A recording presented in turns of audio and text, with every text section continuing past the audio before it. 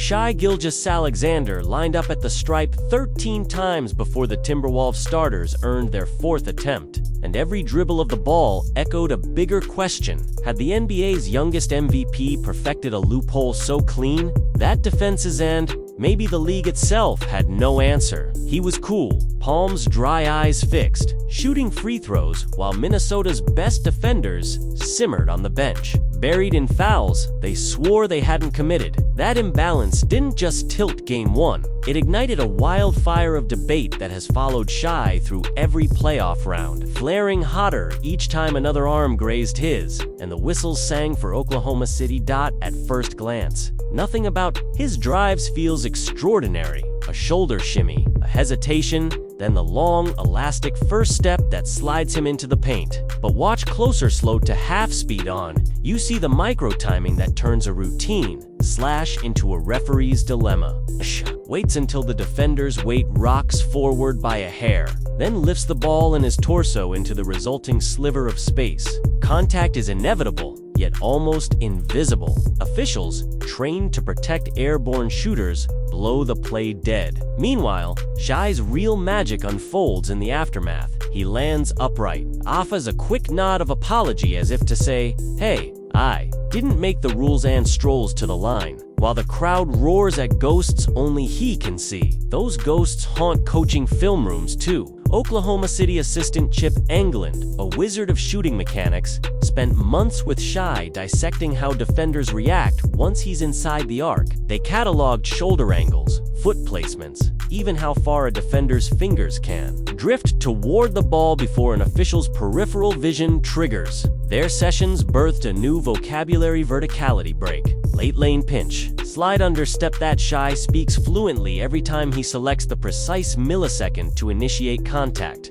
Teammates swear he can predict a whistle by feel. Opponents insist he conjures it by force of will. Game 1 of the Western Finals laid out the full playbook. Possession 1, Rudy Gobert bites on a pump fake, lands on Shai's airspace. Foul, nobody complains. As textbook. Possession 2, Shai barrels straight into Jaden McDaniels' vertical arms, flails. No call for now. Minnesota exhales. But 4 minutes later, an almost identical collision earns 2 free throws, and McDaniels spins away in disbelief.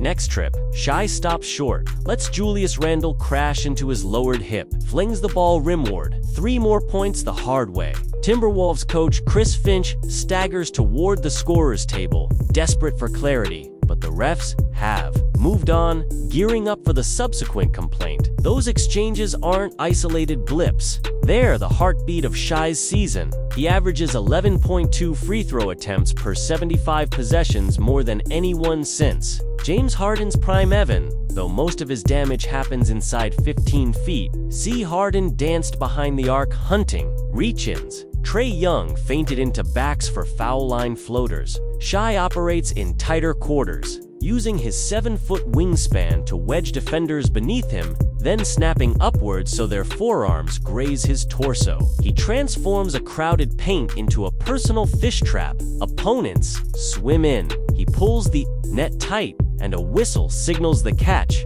Inevitably, rage boils. Anthony Edwards earned a technical in Game 2, and he rocketed the ball off the stanchion after Shai's 15th free throw. Yahoo deports Bill Simmons vented on social media, calling the touch fouls really awful and unlike anything else this postseason. Ex-formerly Twitter Jasmine Wimbish wrote that Minnesota's problems run deeper, but conceded each whistle felt like sandpaper on the flow of the game. CBSSports.com, Sam Quinn at CBS dug in hardest, arguing the real issue is how well foul baiting works. If officials reward it, scorers will keep refining it until every possession becomes a courtroom drama. CBSSports.com, the league took notice long before Twitter melted down.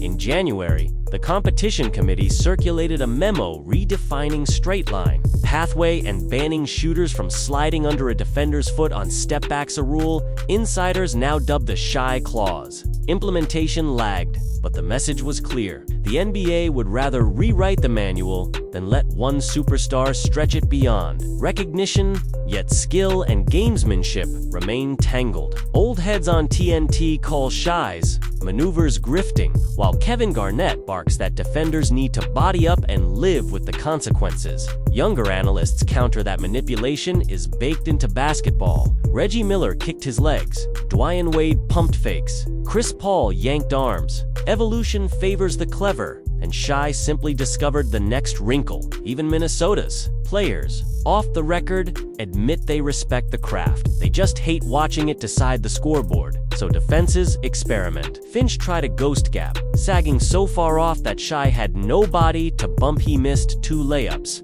Smiled, then kicked to Chet Holmgren for a pair of wide-open threes. When defenders hold their ground, Shai shifts approach, using that sliver of extra space to unleash a floating 13-footer he practiced in secret last summer. Give him the jumper and he'll bury it. Crowd him and you gift to freebies. Way, scoreboards tilt. Broadcast numbers reveal the tension. Viewership spikes when Shai catches fire, then dips during prolonged review sequences where refs parse whether a hip nudge preceded a shooting motion. Reddit threads wonder if rule tweaks could balance aesthetics and fairness, while Vegas loves the predictability. A Gilgeous-Alexander whistle binge almost guarantees overs on both points and total fouls. Under all that noise hums a simpler truth. Shai thrives on uncertainty. He forces defenders to second-guess every instinct, jump or shuffle, contest or retreat. Those micro-hesitations carve windows, and in elite sports, windows decide series. Still,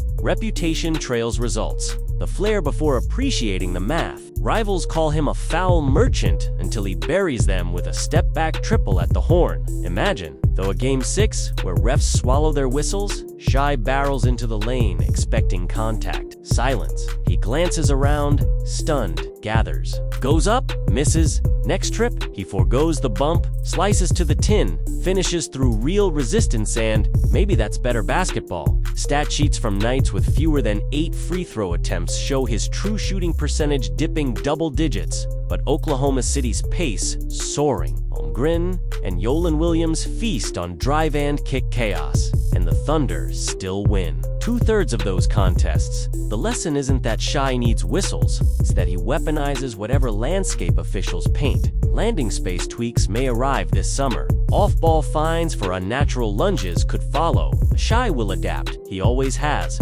Shai learned to drive without blazing speed, to finish despite slender shoulders, to turn the game's gray areas into a personal highlight reel. Legacies often pivot. On public perception, was Harden a visionary or a chore? Did Reggie's kick ruin endgame flow or elevate drama? And Shai stands at that same crossroads. A title would recast foul baiting as high IQ. A playoff flameout might brand it empty. Manipulation. For now, every whistle writes another sentence in the saga. Oklahoma City isn't just chasing rings, it's testing the boundaries of how much one superstar can reshape the rulebook in real time. The league faces a reckoning. Close the loophole or learn to market the suspense it creates. Because, no matter where you foul-applauding genius or cursing grift you, can't look away when the ball stops bouncing. The arena hushes, and Shai Gilgeous-Alexander steadies himself 15 feet from destiny. 1, 2, 3 dribbles, flick, swish. The crowd erupts or groans, but everyone, everywhere, leans in for the next possession, hungry to see whether basketball's newest illusionist will conjure another whistle, or finally be forced to score the old-fashioned way.